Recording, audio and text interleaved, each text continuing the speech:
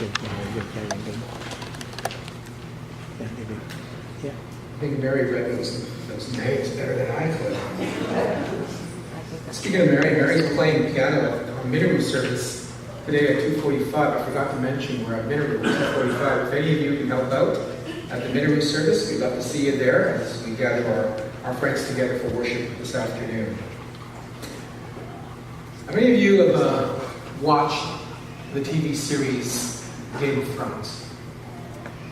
Come on. Okay. Game of Thrones. A few? Some? Yeah. Okay. Even if you were too embarrassed to put your hand up today, it's okay.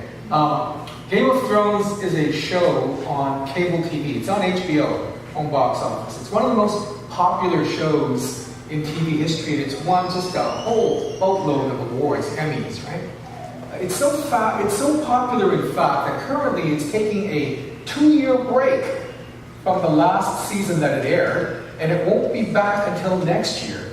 Like, I don't know of any TV shows that can take a 2-year break from one episode to the next, and still, I know that when it comes back on next year, the fans of the show will be there to watch in record number. Now, one of the things that often gets written about this show, Game of Thrones, is that it's full of sex and violence, which may explain why it's so popular, and also why it's on HBO and not on network or free TV. But really, if you wanted an account of sex and violence in pursuit of political power and the throne of kingdoms, all you have to do is be paying attention to what we've been reading this summer, right? From the book of 1st and 2nd Samuel, and what follows in the first books of 1st and 2nd Kings. This morning we kind of come to a conclusion of the Game of Thrones in ancient Israel during David's time, with the succession of David's son Solomon to his father's throne.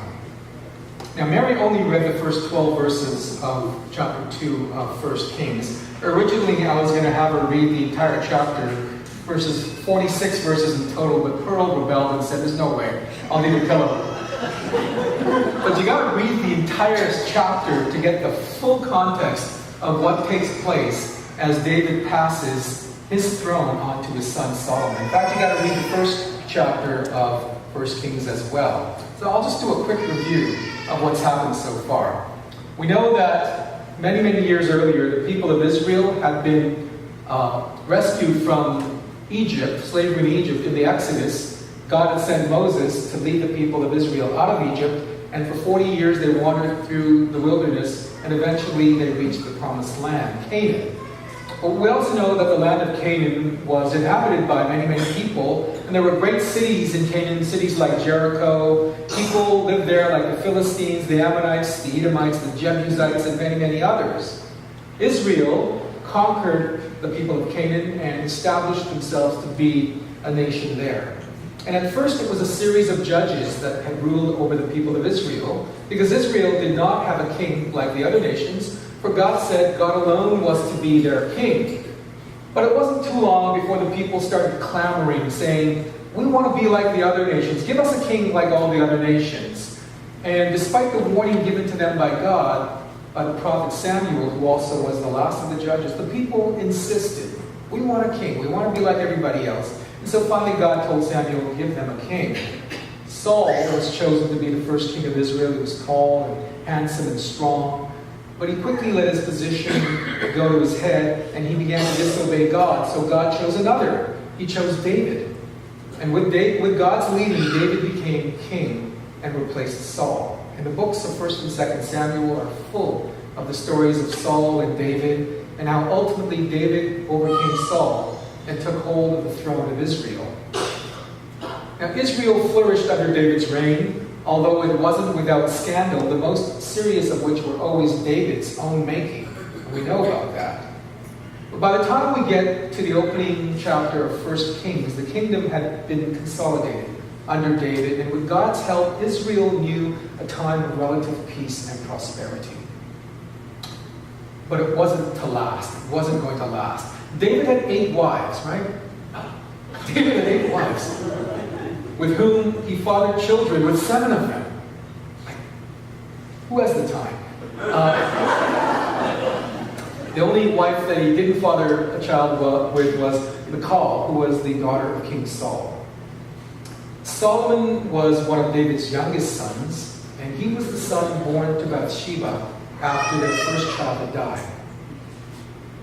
As David lay dying in his old age, one of Solomon's older half-brothers, a guy named Adonijah, who was the son of David's wife, Haggith, Adonijah presumptively set out to make himself king after his father. And he enlisted the support of important people, including the general Joab, who was David's right-hand man. He was David's fixer for all of his reign. And also Abiathar, the priest. So some really important people.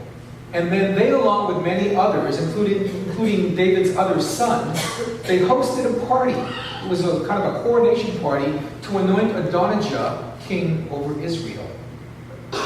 The only problem was David had not agreed to any of this. David's son Solomon wasn't invited, nor was Nathan the prophet invited. So Nathan reported to Bathsheba, David's wife, that Adonijah had proclaimed himself king over Israel, and Bathsheba told that to her husband David. He said, "You remember you promised me that our son Solomon would be king after you." David then put into action a plan which would anoint Solomon as the king. And so David throws a different party in a different part of town with a different set of prophets, generals, and royal courtiers. The difference between these two competing parties, one for Adonijah, one for Solomon, is that David's at this one. David's given his blessing to Solomon. So word gets out from this party to the other party that, hey, David's anointed Solomon as his successor, and the guests at Adonijah's party seem to start to feel a little bit uncomfortable. Right? And so they flee for their lives.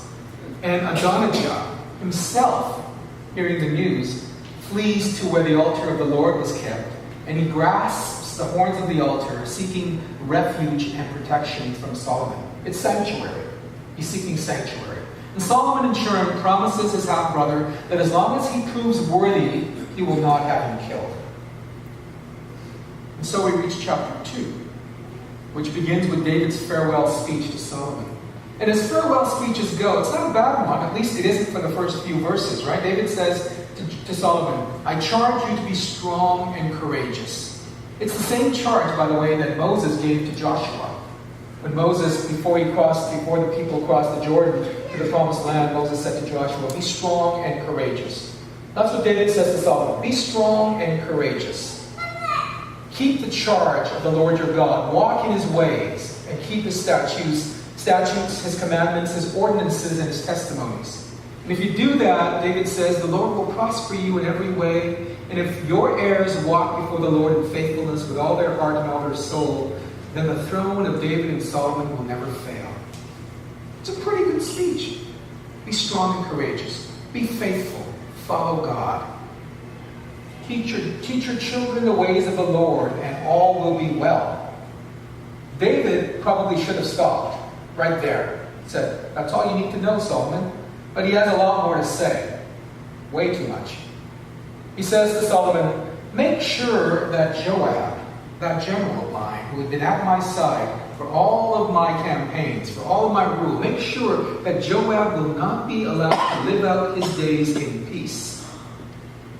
That you kill him as retribution for what Joab did to others. Furthermore, David tells Solomon also to deal with a guy named Shimei, a man from the tribe of Benjamin, as was Saul, who had despised David and called down curses upon David. And he tells his son Solomon that he himself, David, could not kill Shimei because he promised an oath not to do so. But hey, Solomon, you didn't promise not to kill him. So you need to deal with Shimei in a way that I could not. You must bring his gray head down with blood to Sheol. You know, I often think that we have this image of King Solomon as this wise and gentle king, right? We have this famous story of Solomon seeking wisdom from God, and for all the judgments of wisdom attributed to him. Solomon's also the king who actually ends up building the temple for God in Jerusalem. Remember, David wanted to build a house for the Lord, and God said, who are you to build me a house? So Solomon is the one that actually builds the temple for God in Jerusalem, and it's beautiful. It's amazing. And it took him 7 years to build this temple. But it also took Solomon 13 years to build his own palace. Right? So, yeah, he spent a lot of time building the temple, but he spent almost double the amount of time building his own house. Solomon is not what people often picture him to be. You don't succeed in a Game of Thrones against your brother Adonijah, against Absalom, against all of these other people. You don't succeed in a Game of Thrones, whether in TV or in real life, by being one-dimensional. Solomon is wise, but he's also ruthless. He's brutal, taking the advice of his father to show himself a man. And he does that with vengeance. And the first thing that Solomon does after his father dies is to find himself a reason to get rid of his half-brother Adonijah, the one who had fled, right, and held on to the horns of the sanctuary, of the altar.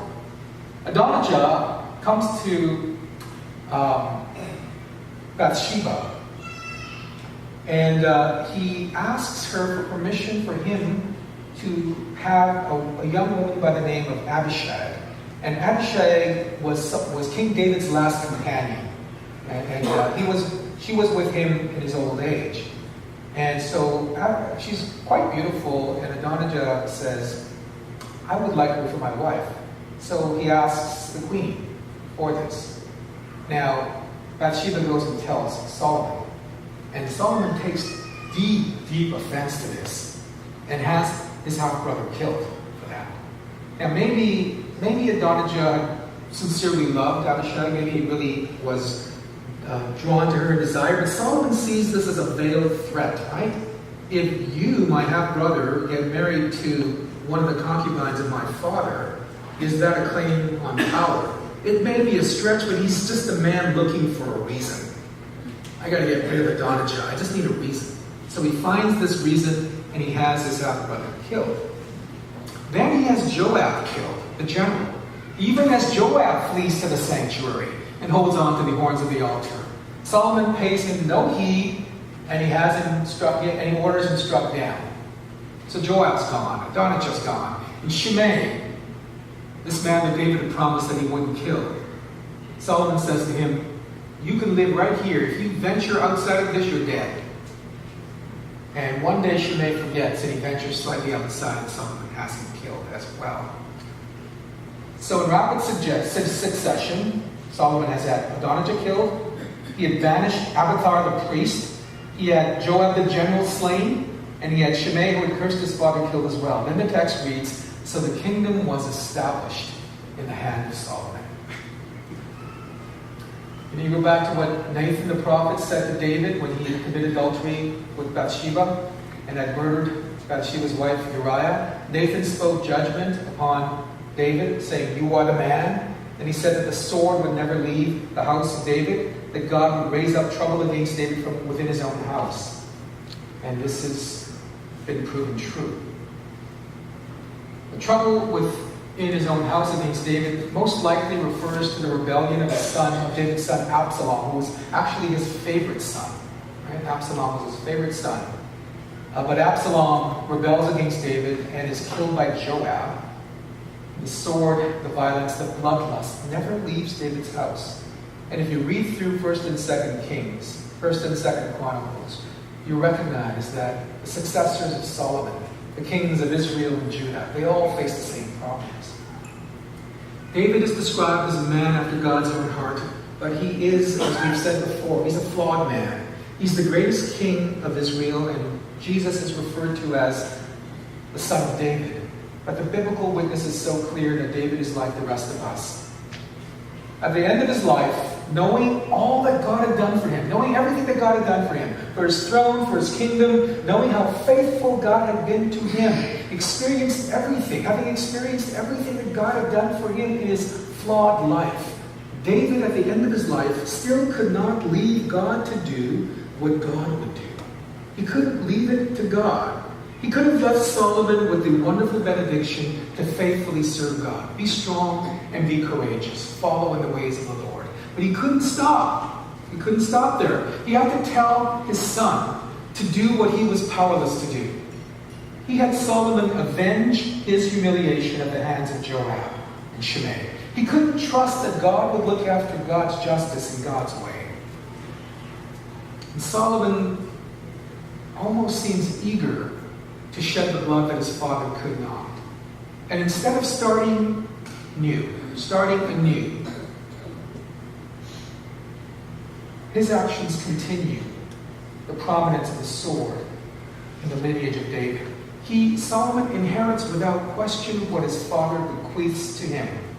All of the old grudges, all of the old animosities, all of the perceived slights, all of the unfinished business. Solomon inherits all of that.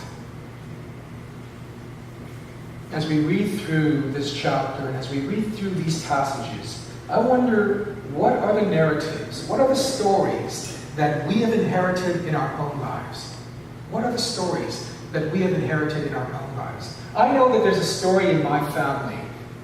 There's a story of a relative with whom my family does not have the best relationship. It's a story that's rooted in an incident which goes back way before I can remember, and I'm not all that familiar with what the issue is. But this is a story, an incident that has defined a generation of ill will and hard feelings. And the stories continue to get told through my generation and in the generation that comes after me, though no one really knows why these stories are. And no one really knows the truth anymore, but they kind of still get told, right? You know, old uncle, whatever. What about your families? What about your stories? What about your stories? You know, there are moments in life. There are moments in life when we can change the course of a narrative, right? When we can alter a trajectory that seems to be going that way. We can change that. There are moments. We can trust God to take care of God's business in God's own way. Probably they won't be our way, but they will be the ways of justice, the ways of grace, and the ways of love. We can trust God to take care of those things, or we can choose to perpetuate our own narratives.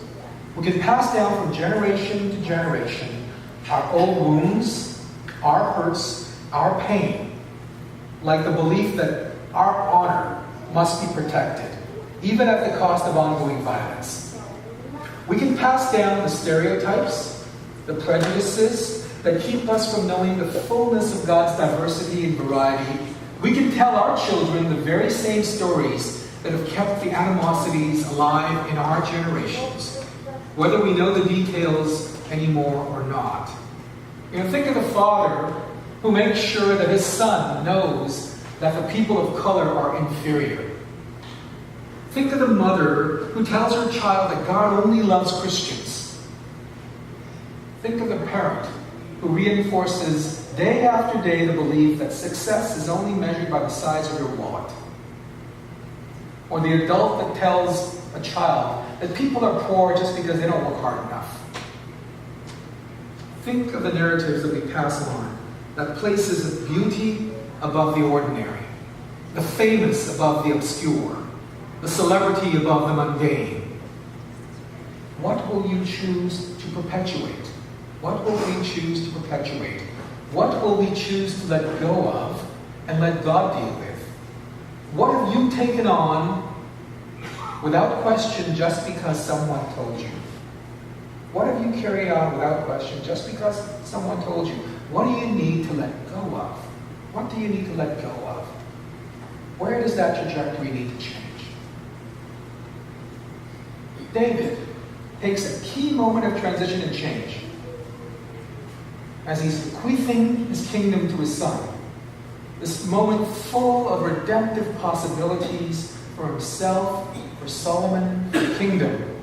And he loses the opportunity to redefine how his family might function. He loses that opportunity.